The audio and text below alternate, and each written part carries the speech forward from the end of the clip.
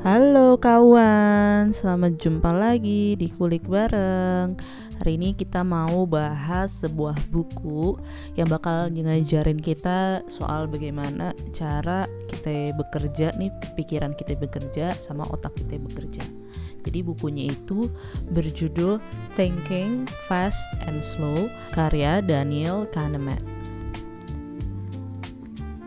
Kita percaya nih bahwa kita tuh sebenarnya makhluk rasional, tapi buku ini bakal nunjukin ke kita kalau kita itu jauh lebih impulsif, bias, dan suka keliru gitu daripada yang kita sadari. Jadi Daniel Kahneman, pemenang Nobel ini nih, doi mengajak kita untuk namanya menyelami cara kerja otak melalui dua sistem. Yang pertama, sistem 1, yaitu cepat, intuitif, dan impulsif. Nah, yang kedua itu sistem 2, yaitu lambat, rasional, dan penuh pertimbangan. Maksudnya bagaimana sih? Yuk kita bahas lebih dalam.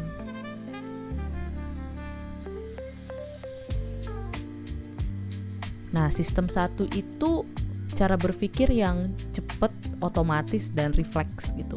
Jadi contohnya gimana kita bisa mengenali wajah orang yang marah, menyelesaikan problem matematik yang simple kayak 2 tambah 2, atau reaksi kaget saat dengar suara keras. Nah itu kan cepet tuh, kita gak perlu mikir lama, ya udah otomatis aja gitu.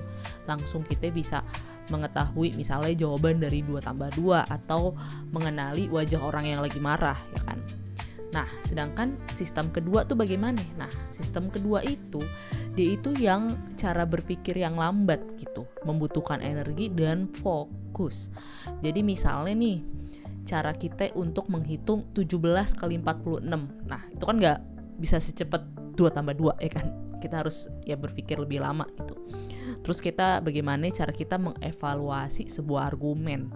Terus bagaimana cara kita memilih investasi. Nah itu butuh pertimbangan kan, gak bisa langsung cepet. Jadi sistem 1 ini memudahkan hidup, tapi juga sangat rawan akan kesalahan. Masalahnya sistem 2 itu pemalas, karena kita sering males ngeaktifinnya. Padahal sistem 2 ini lebih rasional sebenarnya, karena dia banyak pertimbangan gitu dalam cara berpikir kita di sistem 2 ini kan.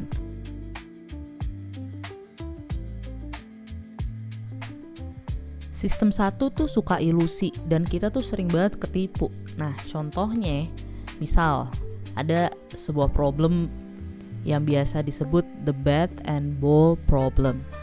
Nah jadi misalnya sebuah bola dan tongkat harganya ini 11.000. Tongkat lebih mahal 10.000 dari bola. Berapakah harga bola? Ya kan? Kebanyakan jawaban orang tuh adalah 1.000. Tapi jawabannya bener tuh 500. Kalau kita ngikutin sistem 1 nih, cara berpikirnya ya kan, kita pasti akan ngasih jawaban cepet, yaitu ya 1.000 gitu. Tapi sebenarnya jawaban itu tuh salah, ya kan? Karena kalau misalnya kita berpikir lebih lambat nih pakai sistem kedua, jawaban yang bener tuh 500. Hitung-hitungannya tuh kayak gini. Jadi tongkat sama bola kalau ditambah sama dengan kan 11.000. Nah, berarti harga tongkat adalah bola ditambah 10.000, ya kan? Nah, berarti bola ditambah 10.000 ditambah bola sama dengan 11.000, ya kan? Berarti 2 bola ditambah 10.000 sama dengan 11.000. Nah, habis itu kita kurangin nih, ya kan? Berarti 2 bola itu sama dengan 11.000 dikurang 10.000. 2 bola sama dengan 1.000 dan 1 bola berarti harganya 500 gitu. Udah pusing belum? Nah ya pada dasarnya jawaban 1.000 tuh salah, dan kalau kita hitung pakai equation matematika yang benar itu ya jawaban 500. Nah cuman jawabannya benar itu akan bisa kita dapatkan kalau kita pakai otak kita yang sistem 2 nih, yang cara berpikirnya tuh lambat dan butuh proses. Nah terus ada juga yang namanya efek heuristik. Jadi misalnya saat kita suka sama sesuatu, kita cenderung anggap semua tentang hal itu tuh positif. Contoh nih, kita misalnya suka sama seorang selebriti tertentu gitu, kita anggap mereka ya udah pinter, baik, cantik, ganteng, pokoknya perfect deh ya kan. Padahal sih sebenarnya belum tentu kan.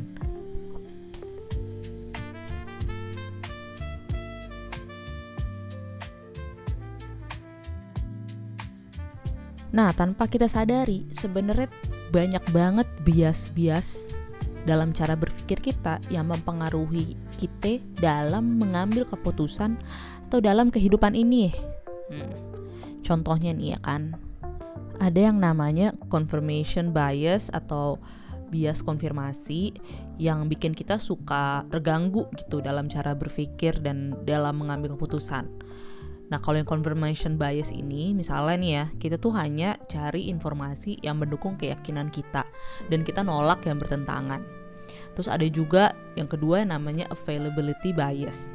Jadi kita tuh nilai sesuatu lebih umum terjadi hanya karena ya mudah diingat aja. Contoh, takut naik pesawat karena berita kecelakaan. Padahal data bilang naik pesawat tuh jauh lebih aman daripada mobil. Secara statistik, naik pesawat tuh bisa 6.000 kali lebih aman dibanding naik mobil. Karena kecelakaan dengan mobil tuh tiap tahunnya perbandingannya tuh 1:7.000. Sedangkan kalau pesawat itu bisa 1:45 juta. Nah, terus juga ada yang namanya anchoring bias. Jadi kita tuh melihat harga awalnya tinggi, terus karena ada harga diskon jadi terasa lebih murah, padahal sebenarnya sih mahal. Contohnya misalnya kan ya, kalau misalnya kita lagi belanja sesuatu gitu di mall atau di swalayan, misalnya dia harga aslinya 100.000, terus ditulis tuh 100.000 dicoret, terus ditulis harga diskonnya jadi 80.000. Ya sebenarnya sih harga 80.000 itu tetap mahal, cuman karena ya udah ada coretan harga asli 100.000 diskon jadi 80.000, ya kesannya jadi murah gitu. Terus ada juga namanya loss aversion. Jadi kita tuh benci kehilangan lebih atau melebihi daripada kita suka mendapatkan. Kayak kehilangan 100.000 tuh kayaknya lebih menyakitkan daripada kesenangan yang kita dapatkan dari ngedapetin 100.000. Nah, semua ini tuh bikin kita jadi gak seobjektif yang kita kira.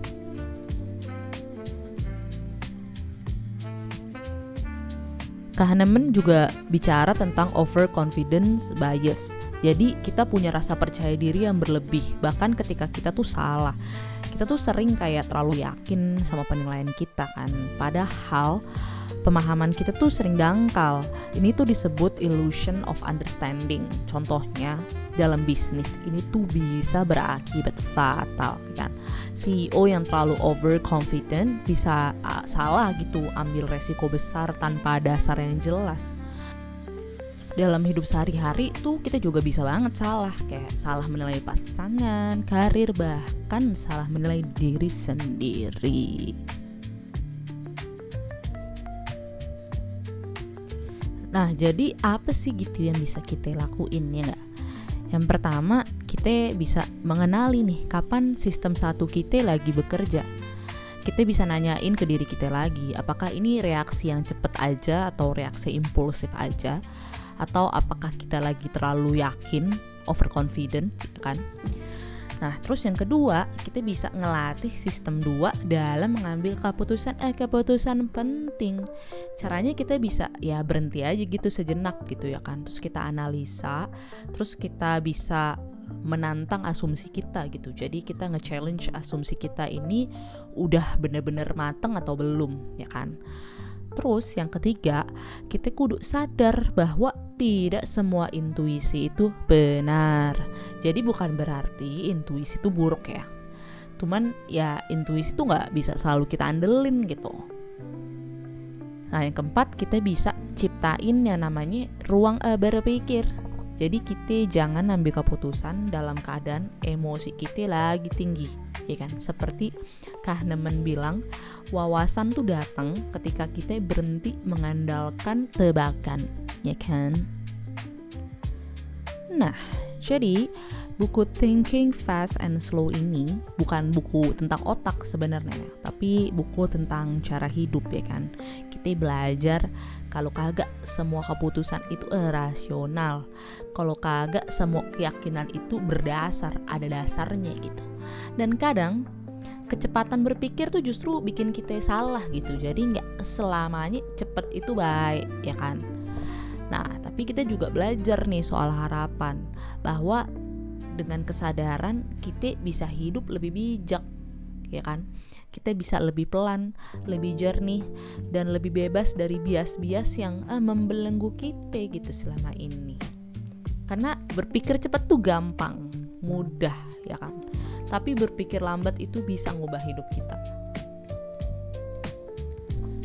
Jadi itu dulu video kita kali ini. Terima kasih sudah menyaksikan sampai akhir. Ya kalau ada waktu yang cukup panjang dan luang, baca dah buku Thinking Fast and Slow ini, karena benar-benar bisa merubah cara berpikir kita, mindset kita terhadap hidup gitu ya, dan apalagi dalam mengambil keputusan gitu. Jadi terus support channel ini, jangan lupa untuk subscribe, share, like, dan komen. Dan selalu ingat untuk stay kind, content, and healthy. Bye!